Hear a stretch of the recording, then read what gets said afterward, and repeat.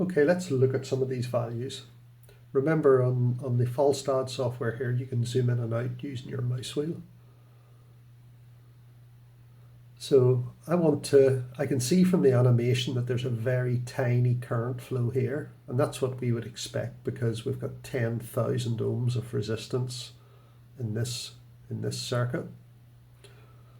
And we've got a much larger flow down through the lamp and through the transistor. But we'd like to measure the size of those two flows. So I'm going to go up to the top left here and just turn off the circuit. And then we'll add in a device that will measure the flow of electricity. The flow, remember, is measured in a unit called amps. And the device that's going to measure the flow is really an amp meter, which is usually just referred to as an without the P as an ammeter. So if you come up to Draw, Outputs and Labels, and you go a little bit more than halfway down, you've got Add Ammeter. And that just draws on as an arrow. So draw on two ammeters. And then you can hit Escape to get out of drawing mode. So we'd like to add one of these into this the outer circuit, anywhere in the outer circuit. And we'd like to add one into this sort of triangular shaped circuit here. So what I'm going to do is I'm going to move these components across a bit.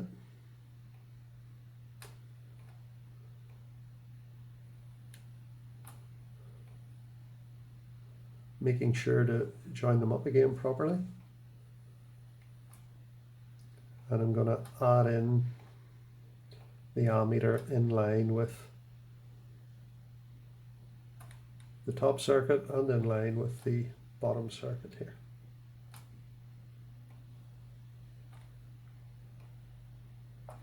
So now when we switch on, we should get a measurement of these two current flows. Remember, the small current flow is flowing up from the battery along through the 10K into the base, out of the emitter and back. So we've got a loop there of current flow, and then the larger current flow is flowing down through the lamp, through the transistor and back here. So we've got these two circuits. So let's power up and we'll see what the values look like here. And I'll get rid of that animation for you. So flowing through the 10K resistor and into the base of the transistor, we have just 1.2 milliamps. So a little bit more than 1 milliamp. Remember, milli is a thousandth of an amp. However, flowing through the outer loop here, we've got around about 100 times more, with 112 milliamps. So this small flow of current is able to switch on, if you like, a much larger, a 100 times larger flow of current around the outside. If I reduce the size of this resistor a little bit, it will increase the flow of current here, and that should also increase the flow of current around the outside. So double clicking that, if I reduce that to 5K, that more or less doubles the flow of current because it's half the resistance. So we've now got just over 2 milliamps flowing into the base, and we've got just over 200 flowing around the outside. So at this point the bulb would be brighter still. We could reduce that still further down to 2 kilo ohms, 5 milliamps flowing in, 500 around the outside. And you can see here it is pretty much 100-to-1 ratio. So 5.6 flowing in, 560 around the outside.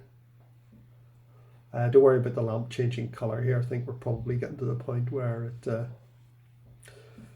we're maybe going to overload the lamp on this little circuit, but it doesn't matter in an animation like this. So let's carry on with this. If I take it down to 1 kilo ohm, I've now got 11 milliamps flowing in, and you might expect we would have 1100 milliamps around the outside, but we've only got 800. So we've kind of maxed out there, and that's because although the current flowing round the outside into the collector and out the emitter is about 100 times larger than what flows in, it's still limited by the fact that we can't have any more current flowing around the outside than if you simply connected a piece of wire across the transistor here, because the transistor is really acting as a sort of controllable switch.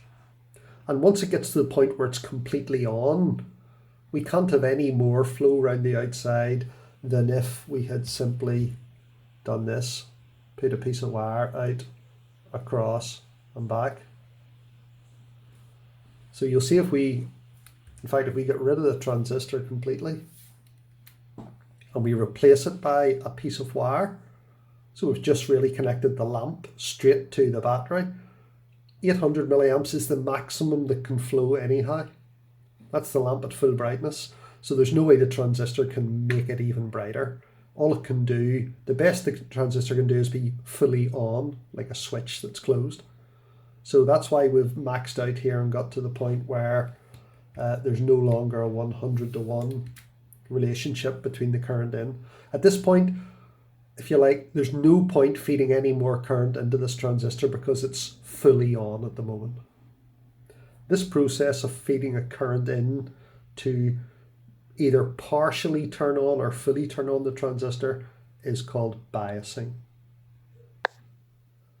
So we've seen here how we can use a very small flow of current to control a large flow. And that's really what a transistor does. It can be thought of either as an amplifier, because as this small flow of current changes, the large flow will change with it. So that's the principle of an audio amplifier, where instead of a lamp here, you'll have a loudspeaker, and then the signal, the electrical signal that represents the music, is fed in here, and the speaker then moves in and out to produce the sound. So a transistor can be thought of as an amplifier, but it can also be thought of as a digital switch, which is how we're thinking of it in this, at the minute, in the circuits that we're going to build, whereupon a very small current flowing in turns on the transistor, and when there's no current flowing in, it's off.